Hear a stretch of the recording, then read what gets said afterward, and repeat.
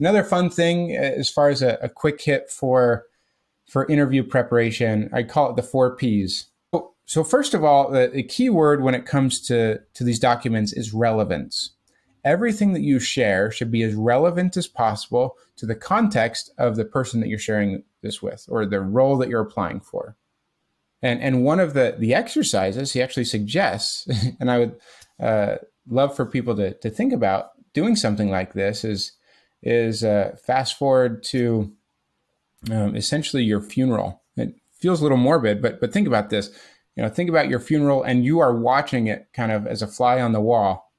Who is there gathered, right? Mm-hmm. And who is speaking and what are they saying about you? Maybe someone in your professional life, maybe someone in your personal life, maybe someone in your community, in your family, and who is speaking and what are they saying about you? Almost thinking about like, what kind of life did you live, right? Jeff, thanks for doing this, man. Welcome to my show. Thank you for having me. I'm excited to have this conversation. This will be great. Nice. Can you let the audience know who is Jeff? What are you actually working on? Just to set the stage of what we will be talking about today.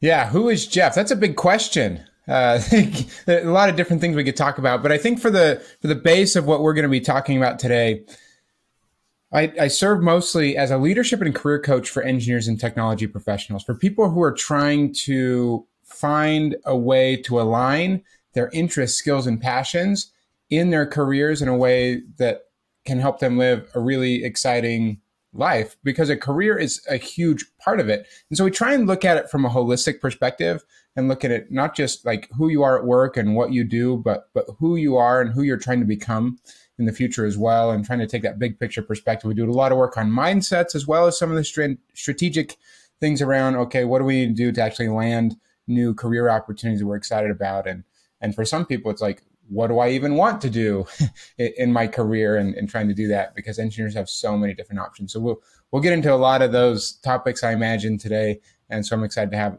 have the chat here. Really cool.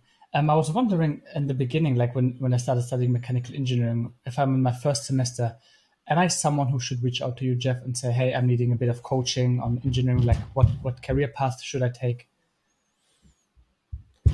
Yeah, so if we're talking about people who are students, I don't have a lot of people who are in like the student realm right now that I work with. I've worked with a few students who are trying to, but usually they're like upperclassmen or graduate students or PhDs who are like trying to look ahead, like, hey, my career is going to be starting really in the next year or so. What do I do? But early on in your educational career, I would say, really lean on those academic advisors. There's career services at your university. Like you've got a bunch of resources there. And then also lean on kind of playing that student card for people who are alumni who have gone on and graduated, and try and connect and build your network in that way. Don't just focus so much on, going to class, getting the grades and doing school. Like really learn and get exposure as much as you can to different things, because that first semester in school, you only have so much exposure to different things. And so you need to try out a few more things before we can really talk about, okay, where is this gonna lead? Now, does that mean you can't start asking some of these right questions and trying to start asking yourself where you want to go in your future? Absolutely not. Like you should be doing that instead of just going along for the ride. But maybe not. It just, in my experience, haven't had a lot of people in that realm where it's been a big enough deal or a situation where we've done a lot of coaching in that work. The bulk of the people that I work with are at least out of school, or many people kind of 5 to 15 years out, and they've maybe done some work, had a job or two outside of school and different things like that. But they're trying to say, hey, I've done a few things, I've had some exposure, but I'm trying to figure out, okay, what's next? Do I want to grow deeper in the technical path? Do I want to take a leadership or management approach? Maybe some of the technical stuff that I'm working on, I'm not that excited about. Maybe I want to apply that to a different industry or learn a new technical skill or something like that. Or maybe there are just so many different options as an engineer, because engineers are so versatile. I don't know. I had one person who literally said, I don't know what I want to be when I grow up. And this was like a PhD level senior engineer consultant who she was like, I I don't know what that looks like. And we were able to move through that process of gaining clarity about what was most important to her and how she could apply the skills that she'd built, really deep skills, but also a wide range of skills that she'd built so far in her career, and how that could apply to the next step for her. Very interesting. You talked about clarity a little bit. I think that's an interesting point, because with the plethora of information that we are bombarded with every day, I'm really asking myself the question, how do you actually give people clarity? For example, if I'm an engineer being established in the industry, but maybe I want to change career paths. Hey, there's this buzzword called artificial intelligence. Maybe I want to change career paths, maybe not. So what is clarity, and how do I define clarity for myself as an engineer? Yeah, this is a topic I work with people all the time. And you know what? I wasn't necessarily planning on doing this, but I think it'll probably be helpful for listeners of the show here, Jousef. I've got some resources around this that I'll put together in a kind of a custom thing just for listeners of the show. I'll get that that people can go grab some of the topics we're going to be talking about, and then some in a free resource that I'll get people. They can go get that. I'll put that together at www.engineeringcareeraccelerator.com/engineeredmind. So people can go grab that. I'll set that up after this, so they can go grab that. Because if people are anything like me, when they're listening to a podcast, they're usually doing something else and not really taking notes. They're out exercising or running errands or doing something different. So make sure to put that together. That'll be a resource that they can go grab, especially on this topic of career clarity. So what is this, right? So first of all, why is getting clarity so important, right? So one story or thing that people might be familiar with is that old story of Alice in Wonderland, right? So it's an old Disney show, it's a book, and whether or not you're familiar with it, the story goes, or part of the story, this young girl Alice is kind of lost in this Wonderland, this magical world, and at one point she's going through kind of this deep dark forest, and she's following the path, and then she gets to a fork in the road. And she's trying to figure out which of these paths do I take? And there's this other character, this kind of cunning character called the Cheshire Cat. And Alice asks the cat, she says, which path should I take? And the cat then asks her, well, where are you trying to go? To which Alice says, well, I don't know. And then the cat kind of cunningly responds, well, if you don't know where you're going, any path will get you there, right? Mm. So Alice, in this state, did not have clarity about where she was trying to go. Therefore, she couldn't figure out what path was meaningful to her, or what was going to take her there.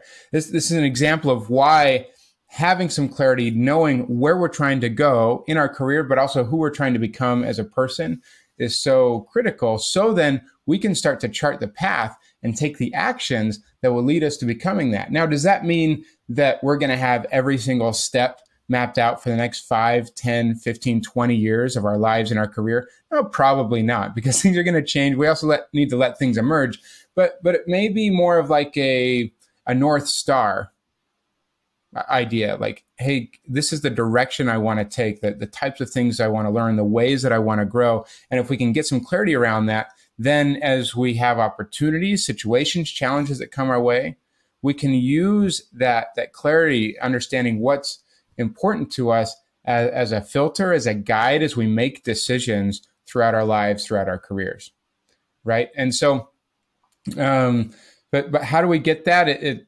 My approach to that is not so much like, hey, go take a career assessment, and answer a bunch of questions, and then suddenly it's going to pop out like, oh, this sort of engineer is like the perfect thing for you. Right. But I think I find that for many people, sometimes taking assessments like that leave people more confused than help. It can be helpful for some, but I find that taking a really introspective approach and diving deep into what we're trying to accomplish and why, and looking at the areas of expertise and even work with an idea it's called the genius zone. Finding genius zones that we have, areas that we are unique in the world in ways that we're able to solve problems, deliver value, and bring our skills to light and apply those in different ways. If we can figure some of these things out and how that connects to maybe what an organization is looking for, or maybe if you want to start a business, what clients or customers might need, no matter what path you're trying to take, then suddenly you can start to make these connections and start to chart that path. Is it going to be instantaneous? No, probably not. But we can start going step by step by step towards that North Star that we're trying to become. Mm-hmm. When you work with clients, is it mostly that they fear uncertainty and they want to become more certain about their career path, what they will be doing in 5, 10, maybe 15 years, as you talked about? Or is it more that you guide them for the next 1, 2, 3 years to make it more certain in short term? Because I feel like especially students or maybe people working in the industry, it might be this uncertainty which they are fearing, which brings me to a very nice example, which is actually taxi drivers. Like usually there's no app for taxis, right? Usually you have an app such as Uber. And actually why Uber performs so well is one of the psychological tricks is because it creates certainty in the people's minds, because you see the car arriving in 1 or 2 minutes. So it's that uncertainty that makes people very afraid of actually taking the next step. So how do you personally see that, Jeff? Yeah, so uncertainty is a big deal, and I love a quote by a psychologist by the name of Virginia Satir.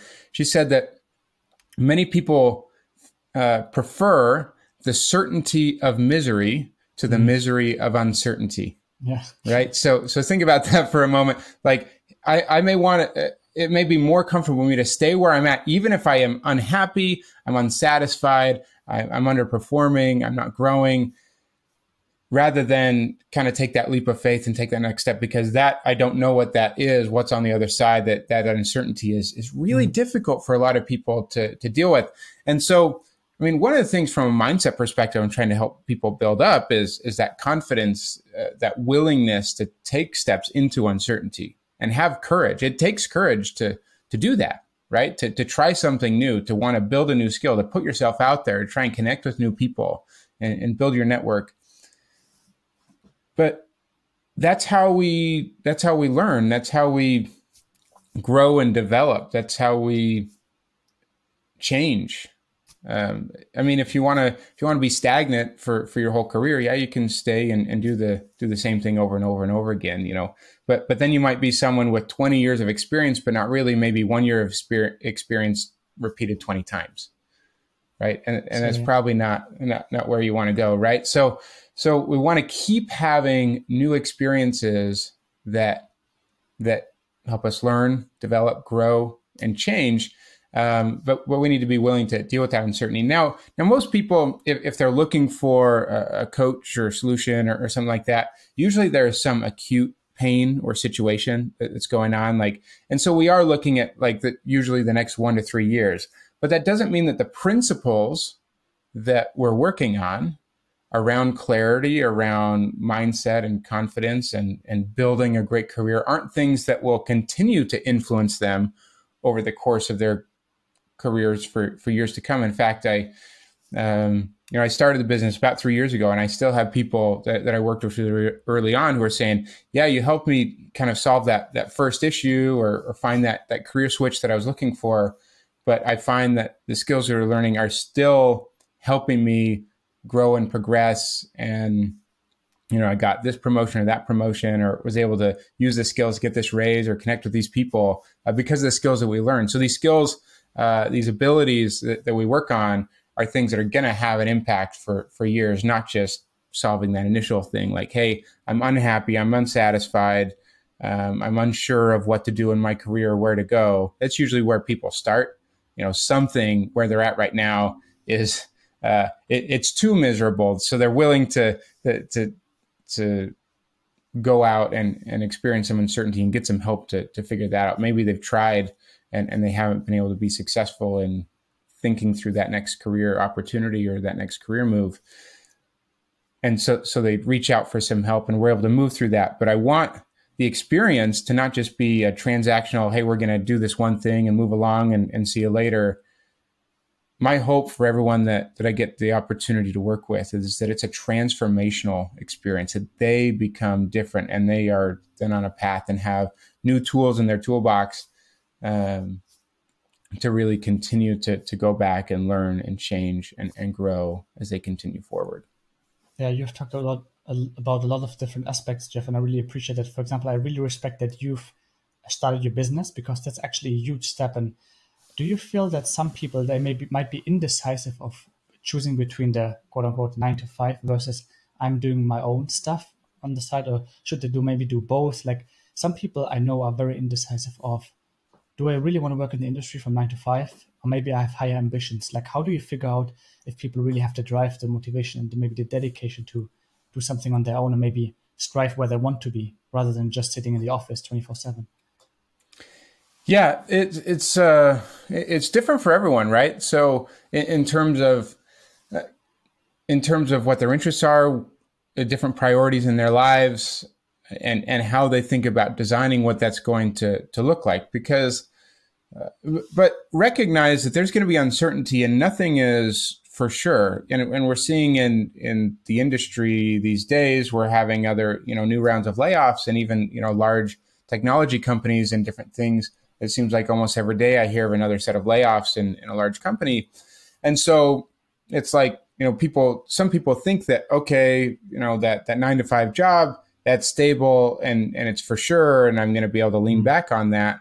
And there is maybe some stability to that for many people. And some industries are going to be more stable than others at different times, right? But there's still no guarantee. Like, you're still at the whims of the business performance. And if there's thousands or tens of thousands of people, and also macroeconomic forces that are going on, that sometimes things don't always work out and grow based on all the expert projections that there are out there, right? And so there's uncertainty there, and obviously there's massive uncertainty if you're wanting to do your own thing and become an entrepreneurship. If you want to start up, if you want to create a service business, or you want to start a project like you've got with a podcast and some courses and different things. So whether or not you do that, all at once, or you start that on the side, there's so many paths to do that. That's part of going back to clarity. Like, where do you want to spend your time? Right. So if you have that extra time to carve out, and you can do that, it's great to be able to do something like that on the side. I, for better or worse, was at a point, it was about 3 years ago, was at kind of a career plateau where I was at in my current organization was just no longer a fit. And so I had some pretty frank conversations with my leaders about, trying to see, is there another way to craft a different position? Because I'd kind of moved from being where I really thrive and where I really enjoy myself as being kind of a creator, but I kind of moved from creating new processes and resources and bringing on new technologies into the company to kind of being the one who maintained those things. So I kind of moved from a creator to being a maintainer, and that's not where I thrive. And so that had shifted. And so I was sort of looking for, hey, how do we make this next shift? Because if I'm not in that right position, it's not great for me. It's also not my ability to deliver best for the organization. And we explored a couple of things, but I was also willing to say, if we can find something new, great. If not, it's probably time for me to leave. And I would be okay with that, even though I didn't know what was on the other side. And I was willing to do that at that time. So we explored some different things.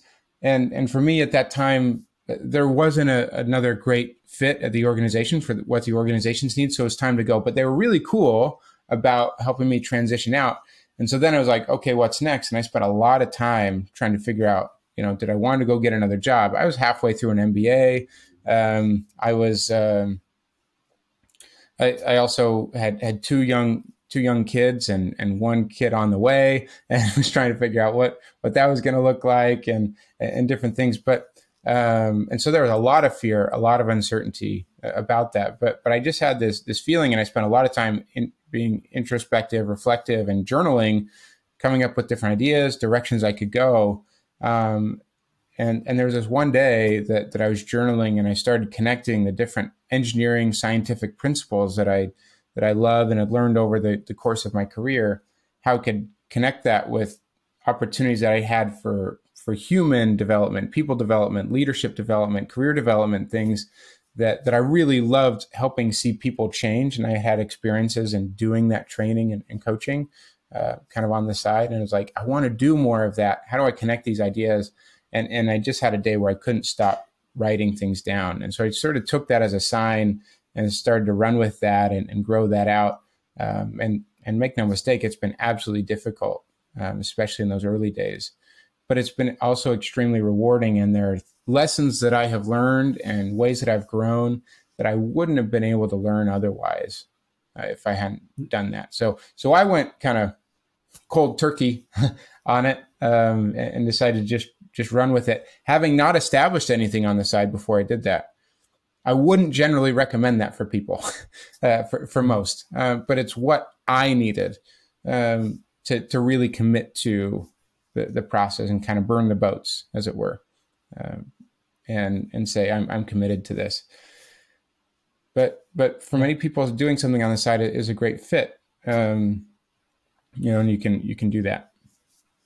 Yeah, I was wondering that with everything we mentioned, whether it's personal brand, networking, being in touch with people, making the money, whatever it might be, can we break it all down to one single term, which is purpose? So a lot of people might lack purpose, but people who feel intrinsically that they have purpose somewhere hidden inside of them, but they're kind of trying to figure out what that purpose might be, is that something that you see as a common trait of people coming to you?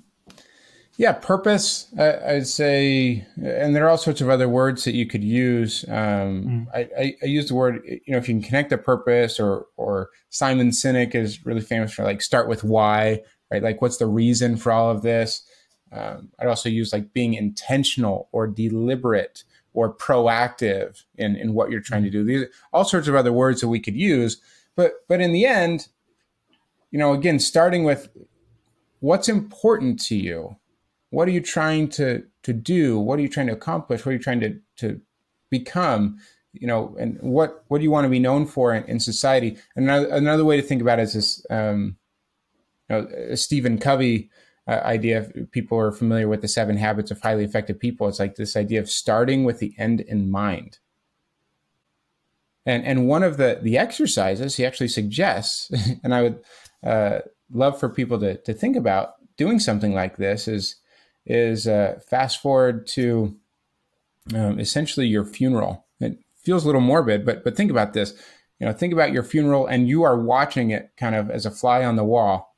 Who is there gathered, right? Mm-hmm. And who is speaking, and what are they saying about you? Maybe someone in your professional life, maybe someone in your personal life, maybe someone in your community, in your family, and who is speaking, and what are they saying about you? Almost thinking about what kind of life did you live, right? And being able to think about what does that end potentially look like? And then go back to, okay, if I want to live that kind of life, what kind of person do I need to become? And what sorts of impacts do I need to make? And where do I need to be investing my time so that I can have that sort of impact? And that can be a really impactful process if we can start from there. And that can be one exercise that could potentially help someone kind of identify their purpose.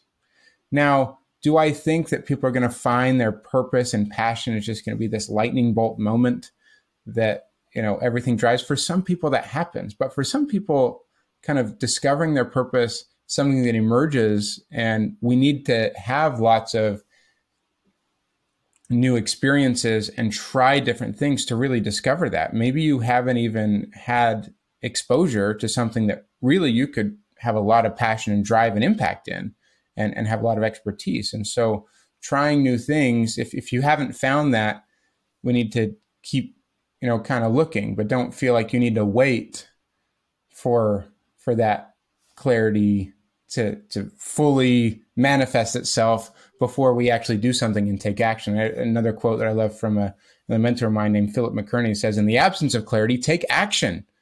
Do something. Like try something." Scientists or engineers, collect some data, run an experiment. If you're not sure if something might be interesting, or you might be good at something, or you want to explore something, then try it. Collect data. Make it an experiment and try it and see how that feels. See how you enjoy it. See how good you are at it. If it works, great. If not, okay, at least right? But you've tried it. You've collected more data instead of just hoping that the answer is going to come to you. That's so true. I feel like you're actually confirming what I was thinking. For example, when I started this podcast, the first episode was horrible, bad editing, not bad audio quality, but the more practice you do, practicing, there's even a quote saying, "I don't fear the fighter who practiced, 10 10,000 times one kick or something like this, but the one who practiced one kick 10,000 times. So it's about iteration and being consistent about it, rather than saying I'm trying something for 1 or 2 weeks, and then I'm just jumping away from it. So yeah, I really can confirm what you're saying with you. So when we talk about engineers, it's kind of counterintuitive that engineers want to network, because we're very anti-social people, as some people might say.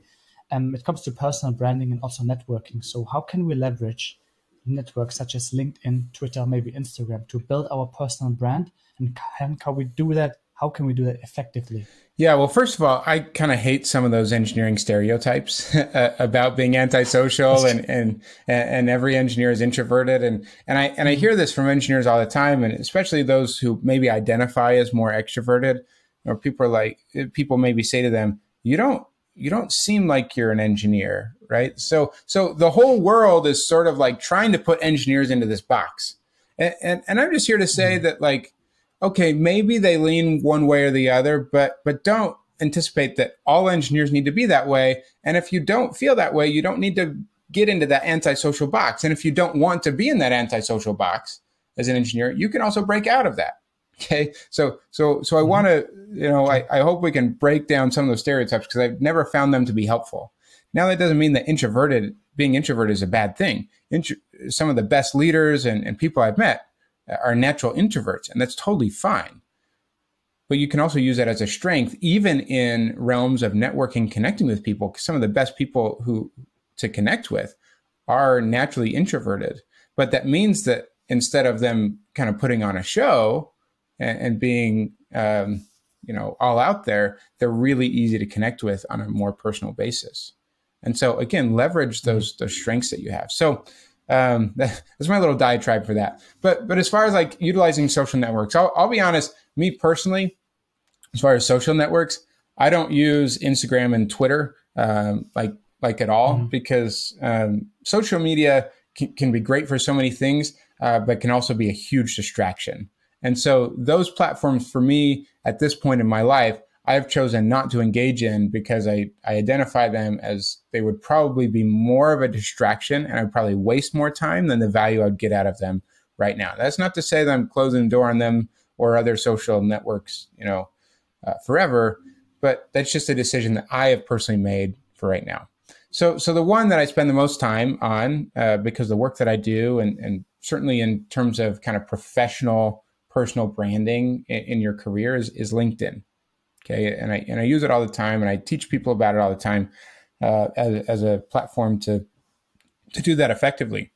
But there are so many different ways that it can be used. If you can have a great profile and really make it clear who you are, what you do, the value you bring to the table, and there's some like keyword optimization you can do. It's sort of like SEO that people do for websites, but you can do that for your LinkedIn profile, so that when people are searching and looking for someone, whether that's a recruiter looking for someone in a particular field with certain experience and expertise, or that's maybe a business partner or a collaborator looking for someone, then you can be found. So it's a passive thing to be found, but also you can use LinkedIn as an active thing almost any company, almost any person in any company in some sort of role that you're looking for, or if you want to have an informational interview and you want to get some insights into a different industry or a type of role that you might want to explore, you can probably find that person on LinkedIn or someone like that, right? Almost every time.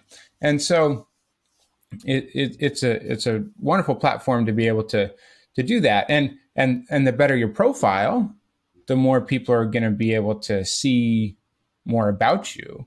And I want to, and me, when I'm looking at profile, like if you're trying to think about like the lowest hanging fruit stuff, if you can just do the stuff at the very top, right? Like have a great photo, a nice background photo, and a solid headline. Even if you do only that, that's gonna be better. And the headline, that's kind of like where most people by default have like this role at this company. That's kind of the default, whatever it draws from your experience section. But you can customize that, and you can have all sorts of keywords. I'm this sort of engineer, work in these industries, but you can also put in other things, for Jousef, YouTuber, podcaster, all these other things that you do, or if you want to point people to the engineered mind or stuff, so they can see okay, you do all these other things, right? Beyond just maybe that main 9 to 5 role if you're in something like that, right? So, and that's great, because then people see that, oh, there's a lot more to this person. That's someone who I might be really interested in. And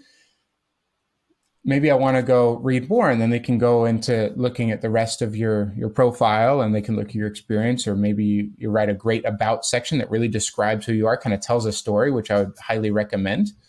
Kind of tells a story about where you've been, where you're going, maybe some career highlights, some of your top skills or things you want people to know about you.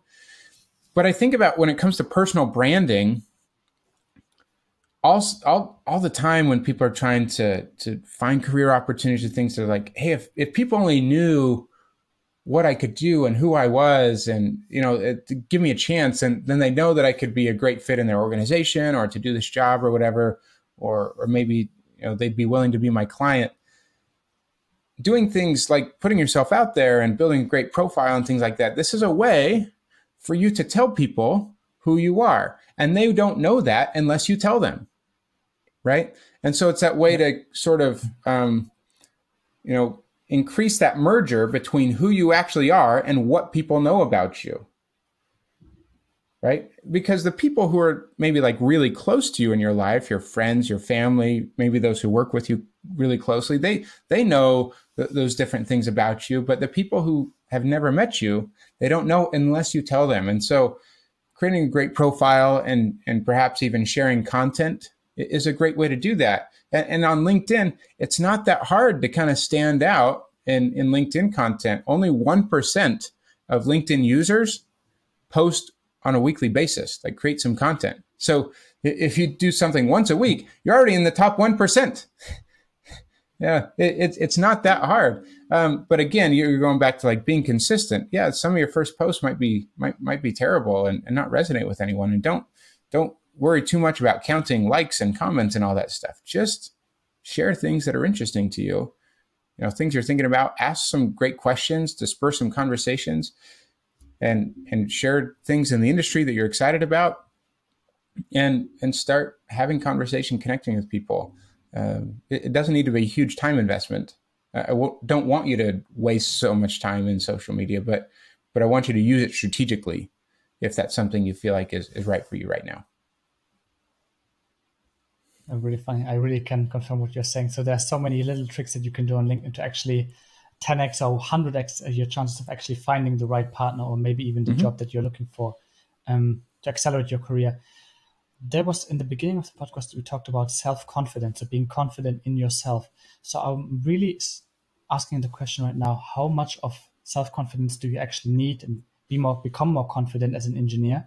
And how much of it is like fake it till you make it? What do you think about it? And also mindset in general, how does it play into your career? Yeah, so I'm pretty big on mindset, and because I'm a huge believer that what we believe about ourselves, other people that we interact with, the challenges and opportunities that we face, our beliefs and our mindsets drive our behavior, not just what we do, but how we do it, drive our behaviors and actions, and therefore drive our behaviors and actions and drive our results, right? So, and all the time, we have this tendency, if there's a change I want to make, a new opportunity or goal I want to reach, we start prescribing, okay, these are the behaviors I need to start doing, right? What we forget sometimes is that in order to make this behavioral shift, there's actually a mindset shift that also needs to happen too.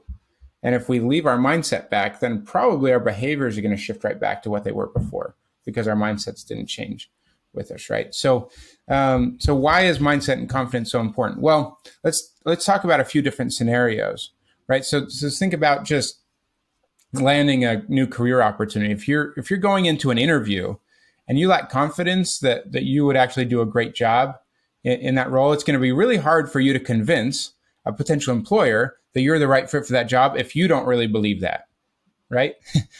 Because they need to believe that you're going to be the right fit. So you need to believe that too. You need to genuinely believe that you could come in and do a great job for them. Okay. Now you also asked about like fake it till you make it. I don't love that saying in particular, but a few months ago I heard this is like an organizational development guy who was talking about this, and he was asked a similar question. I really liked what he said. It's like, well, fake it till you make it doesn't always resonate, but another way to think about it is to practice until you become it. Okay, so we do want it. It can still be almost like this start from the end in mind. If I want to kind of create a new identity for myself, I can practice and I can do what I can to become that sort of person now. What would a person who is a senior engineer or an engineering leader, how would they react to this situation? And I can think about practicing how I would react or deal with this sort of situation that I might be dealing with right now, if that's what I wanted to become, right? And so we're practicing that until that becomes the normal way of how we think and how we operate, right? So these are ways that we can shift our mindsets and our way of thinking by trying to practice until we become it. And so it does mean that, yeah, we need to do some things that are uncomfortable, that we're not confident in right now, but that's part of building the skill. But it's a way of practicing, not necessarily just putting on a facade and faking it until we make it. But I like the practice approach until we become it in that way. But like, you know, just the mindsets that drive people, and you know, where I do a lot of career coaching with folks who are trying to make career transitions, a lot of times they think, okay, I need to update the resume, or maybe I need to figure out how to network or interview and stuff. The very first thing I run them through is a mindset assessment, and we talk about where their mindsets are right now to gain some awareness around that. And I hear all the time, people are like, you know what? I didn't think I needed that, but the mindset stuff that we went through was the most impactful thing of all the work that we did together. And so engineers need it, even if they don't know that they need it, just like everyone does. You know, if we're trying to become our best selves, we need to become aware and address our mindsets and shift our mindsets in different ways. Yeah. When we talk about a competitive environment that engineers are in, or scientists in general, how can we actually stand out without putting a facade on, as you've just phrased it? Yeah, that can be difficult. But I think if we're trying to stand out in a career opportunity, something like that may be competitive, obviously we just want to put our best selves forward. Okay, so what's the best version of Jeff that could come forward there? What's the best version of Jousef? You know, it's not necessarily, you know, a facade, but you do need to do some things that might be a little bit different, because to stand out, you do need to do some things that are memorable, right? You need to do things differently. And if we're thinking about, you know, from the very beginning, if you're considering a role, are you just going to apply for the job and hope that they call you back because you sent in your resume? Okay, you can do that, but you and hundreds of other people are doing that too, right? And so if all things are being equal, in fact, data suggests that the average corporate job posting gets 250 job applications. So if you think about a company might interview about 5 people, it's about a 2% chance of getting an interview, and it's less than 0.5% chance of actually landing the job, you know, if all things are equal. And all things are not equal, because a lot of those people have connections, you know, they have some sort in with the company. And so you need to do the work to stand out in a different way and reach out to people in that company, really seek to connect. And if you do end up with an interview, how do you go about and stand out? Show that you've done more research, so that you have really thought through questions that you want to ask. Show that you've really prepared. If there's a technical portion, that you're ready for that. You show that you've really prepared your ability to show your personal brand and communicate your understanding of what they are trying to accomplish and how you can help them accomplish that goal. I say all the time that if there's a career opportunity, a job posting or something, that means there's a problem to be solved, right? And that's true of a career opportunity, but it's also true in business. Like if you're creating a business or a service or a product, you need to solve some sort of problem for a customer, right? And so it's the same thing. Like, how do you communicate that in a way that connects? What are they trying to accomplish? What's the problem they're trying to solve? And can you be that solution? If you can effectively communicate that, then you're going to stand out because you're talking their language. You're helping them see that you don't just want this for you. You're not just saying, well, I deserve this. They need to see how awesome I am. But you're taking the approach saying, I want to help them succeed. And I want to help them make the best decision. If I can do that, then it's going to be a win-win for everyone. And that's a much more positive and collaborative approach to trying to stand out. But I don't love it when people are just, thinking that they're just going to throw a bunch of resumes out there, what I call the spray and pray method, and hope that they're, it's just not going to stand out. Sometimes that works. Every once in a while you get a call back, but probably it's not going to be in line with something that you really want. And usually it's like, oh, I don't even remember applying for that job, but now they're asking for an interview. I guess I need to prepare for that. I'm not, not that excited. So it changes the energy around that, right? Yeah, I love the tip that you've just mentioned, which is make it more about the company that you're applying for rather than being egocentric and thinking about yourself. That's a tip that's so simple, but a lot of people ignore it.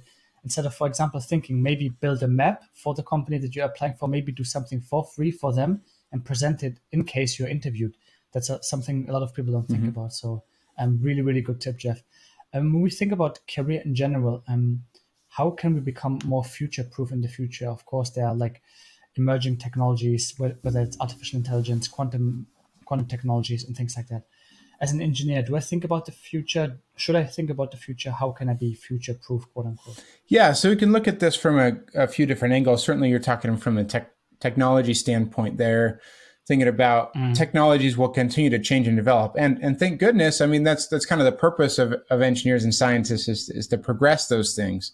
But if you're hanging back on the old stuff that was done 5, 10, 20 years ago, well, you might get left behind. So you do need to stay informed, stay on top, and try and find opportunities, whether within your organization that you're at or in projects that you're doing, or if you need to do some of that on your own time, to continue learning. Never stop learning, right? So when we go through a university experience or formal education, like that learning process is sort of just hand-fed to us. Here's all the assignments, here's the syllabus that you need to go through and whatever, and like that's hand-fed to you. When we're in our careers, building the rest of our lives, we need to take control of that and be proactive about the type of learning we need to do. So, always ask that question: what do I want to be learning? Finding ways to do that effectively and building new skills. And obviously you want to do that beyond just like taking courses, but anything that you can actually build and create and show in some sort of portfolio or showing examples, that goes a long way when you're trying to show yourself to a potential employer or maybe a client or something, depending on what you're trying to do. The other thing I'd say, kind of future proofing, is network and build your network before you need to.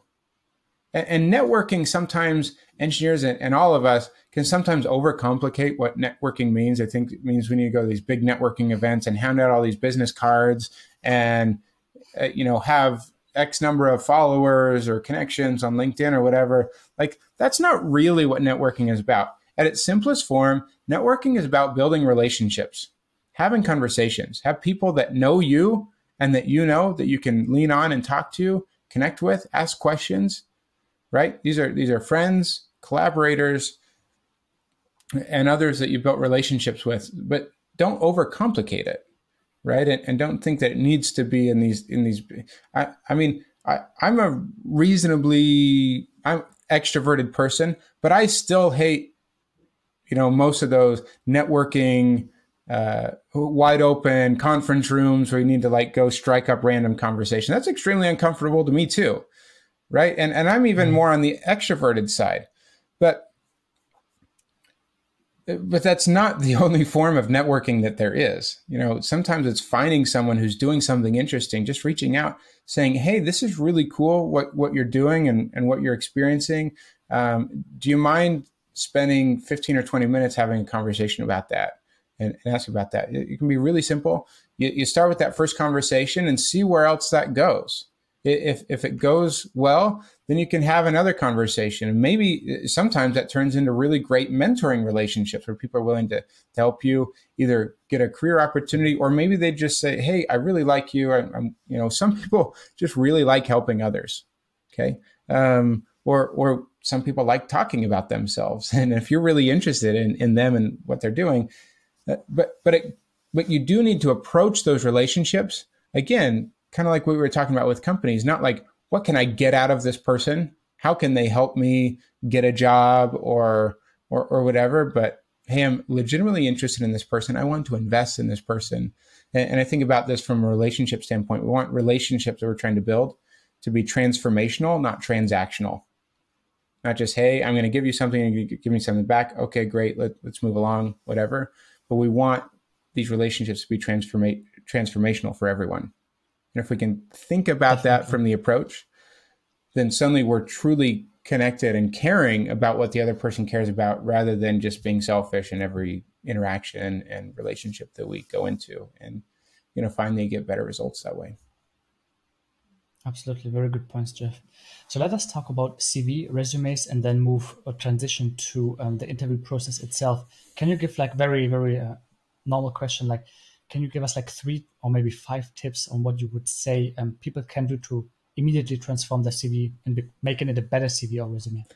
Yeah, so a few different things. Obviously, like I was talking about, a resume or CV is not the only thing you need to do. But we do want to do it well, right? And if you're presenting yourself, you're giving this to a company or someone else, you want to come off strong. So first of all, the key word when it comes to these documents is relevance.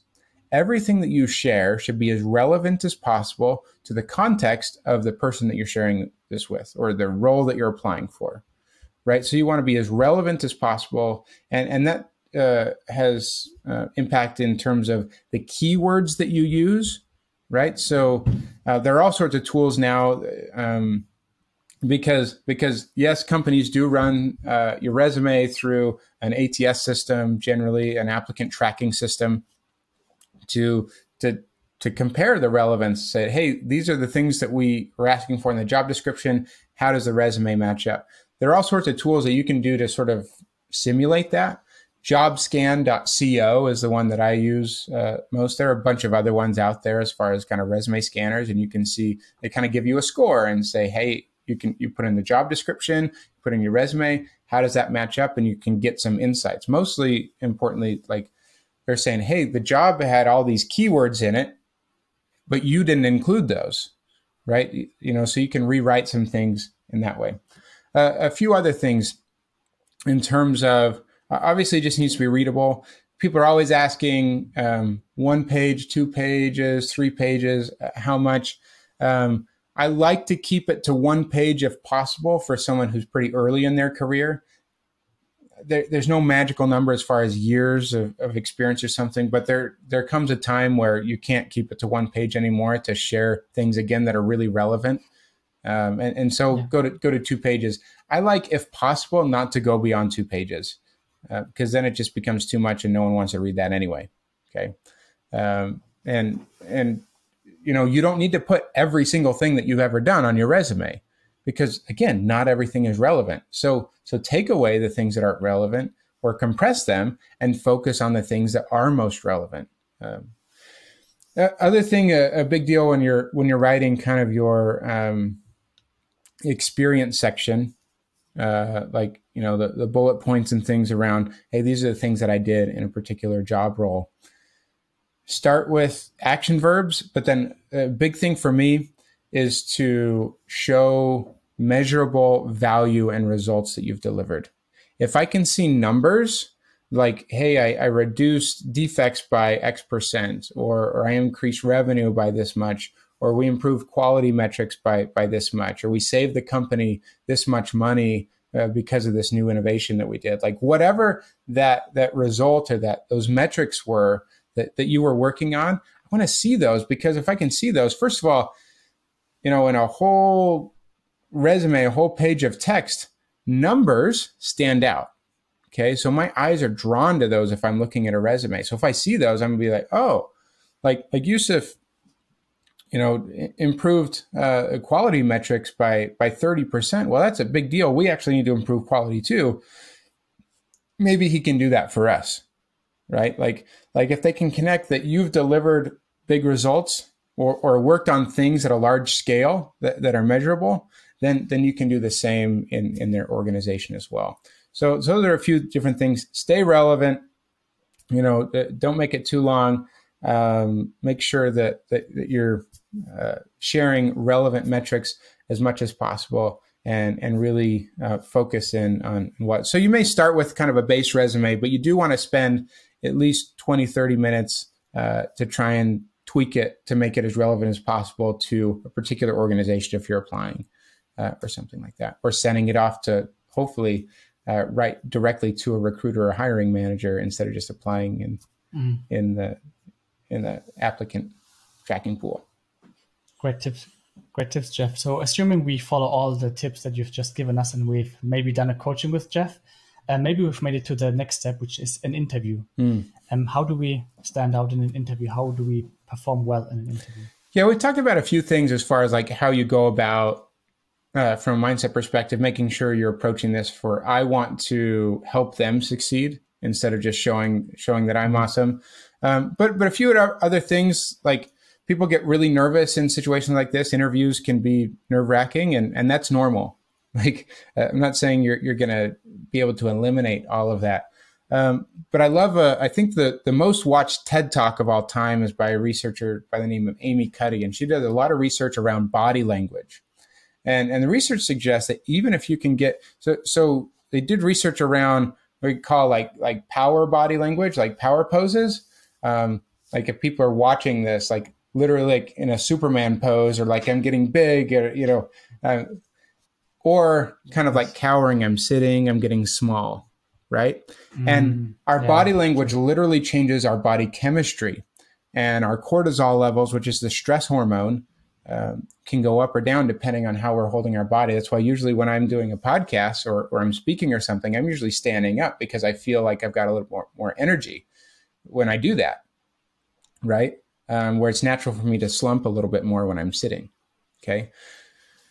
So literally just getting a nice little body language thing. Like many interviews are virtual these days ever since COVID. And so you can stand in your office or your room for 2 minutes and literally just strike a Superman pose, get big, smile, take some deep breaths. And that's literally going to improve your energy levels and do that.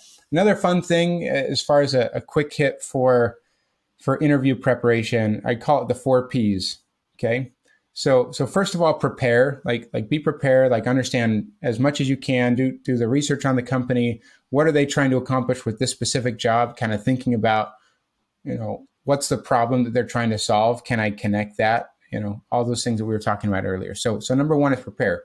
2 is to pee. Literally go to the bathroom. Like you don't want that to be a distraction. Okay. Number 3 is to do something physical. Like to get your body moving. So some people would like to go for a walk right before and get outside and get some fresh air, move your body a little bit. Sometimes I'll do just a few push-ups to kind of get some blood flowing. Not something that's so much going to wipe me out, but just a little bit like that. So something like that. So do something physical. And then 4, like we just talked about, do some power poses for just a couple minutes to increase the energy levels and confidence there. And that's going to prep you a little bit more. And we can get into all sorts of other strategies, especially behavioral interviews, like using the STAR interview technique and stuff like that.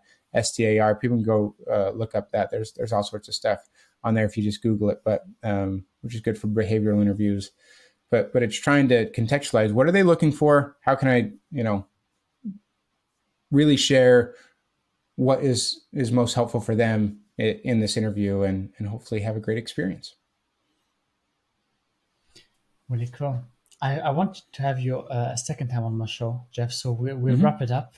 Any closing remarks for your side to maybe close this podcast session, which was filled with a lot of great tips, Jeff. So thank you for that. And maybe some closing words for you. And then, as I promised, we'll have you on the podcast a second time with a few more tips, but also we'll have you in the science cohort starting in October. So stage is yours, Jeff. What are the last words? Yeah, thanks for having me, Jousef, and I look forward to continue to collaborate with you on different things. Once again, some of those things around career clarity, I'll put some resources together at www.engineeringcareeraccelerator.com/engineeredmind.